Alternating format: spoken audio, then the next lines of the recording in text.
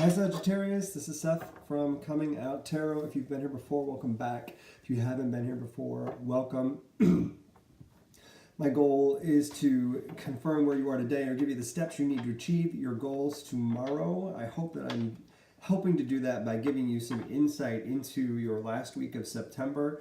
This is a new trial for me, so if you're not subscribed, do subscribe so we can keep track of each other. And leave me some comments at the end of the video. Let me know how this goes, because I'm trying out something new. I want to make sure that I'm connecting with you, which leads me to say that if this does connect with you, if it resonates with you, then grab hold of it, take the reins, move forward, incorporate it into your week for the last week of September. If it doesn't, I may be speaking to a group of Sagittarians different than you. We all have different rising signs, different moons, and those cause us to have different aspects of Sagittarius.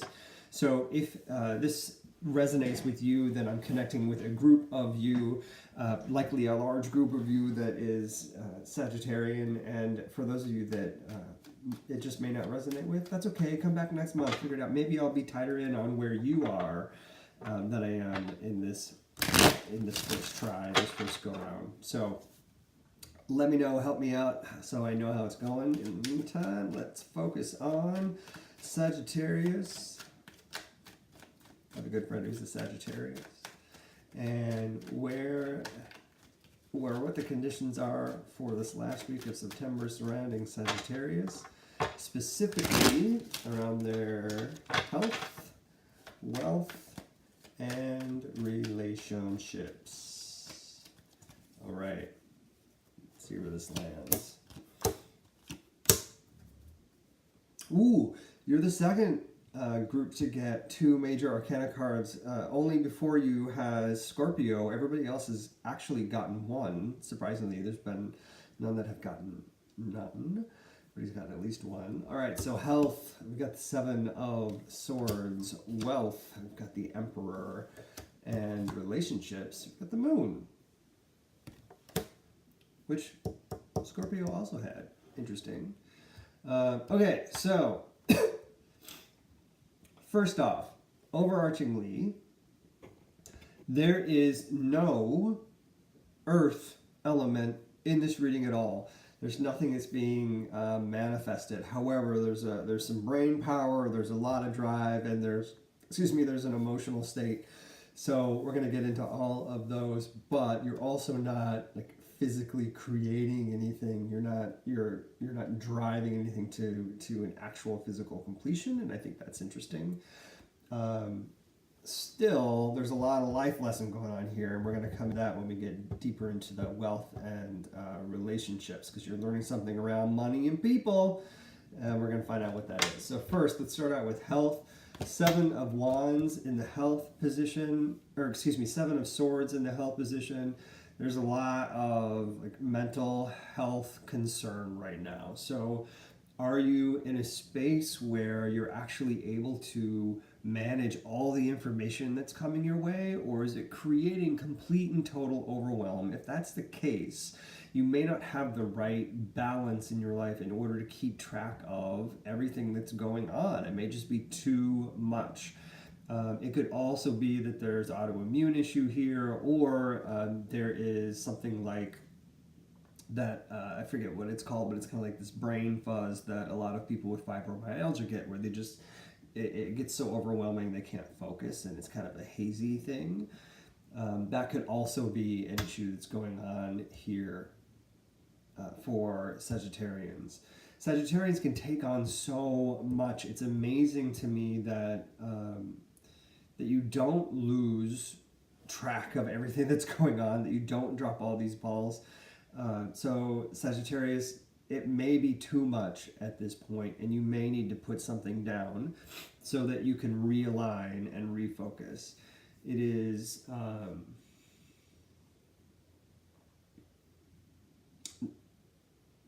this is kind of one of those moments where you've been fighting so hard to do everything that you start to drop everything because you just can't keep it up anymore. And you just kind of get a little mean.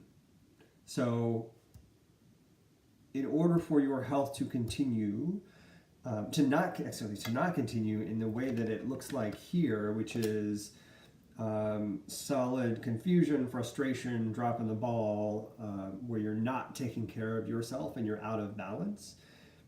In order for you to not do that anymore, there may be some things that you have to let go in order to be able to survive. All right, wealth. We've got the Emperor in the wealth spot. As far as I can tell, you're sitting pretty. You're making some good financial choices. You're leading by example. Your experience is driving you forward. You've created this abundance in your life, and you've done it at a fairly, I would say, young age, so that you're able to move forward towards either retirement or within your retirement at a younger age than most people would expect. And so that's pretty awesome. If you're not retiring but you're still working and you've got this nice little nest egg, it just feels good that you've got something to take care of you in a future state. So Sagittarius, good job. All of that effort you put in was not for naught. It's actually giving you the ability to kind of enjoy the fact that you are prepared. The challenge is, the harder you work towards that, the more like all of this starts to fall apart. So self-care, balance, name of the day, or name of the game, because whenever I see those seven, something's out of balance. Something is falling by the wayside, and it's time to pay attention to what's going on. So mentally, things may be challenging, but financially, great. What are you willing to trade off for? All right, moving into relationships. Here we are with the Moon. Dreamy dream world, fantasy world, the relationships that you're looking at right now or that you're going through right now, more than likely are with you because they know that you got your shit together, or at least you seem like you do, rather than being with you as a partner on equal footing. In turn, you're looking at this other person, this partner, boyfriend, whatever, as the ideal, kind of like they're looking at you like one. And it doesn't feel 100% true to me. It feels a little false. So I think they're with you because they know you got some cash and you've got some stability, and you're with them because they seem to be the ideal of the partner that you would like to have, instead of knowing that that's actually true. And in being with this person, that's going to put your little nest egg at risk in this last week of September.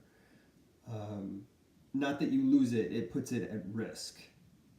So think about what you're sharing, what you're leaving lying around. There's going to be a financial lesson to be learned here around what people, like who you can trust. There's going to be a lesson to learn here about who you can trust with your money. And that relationship plays a prominent role in this lesson.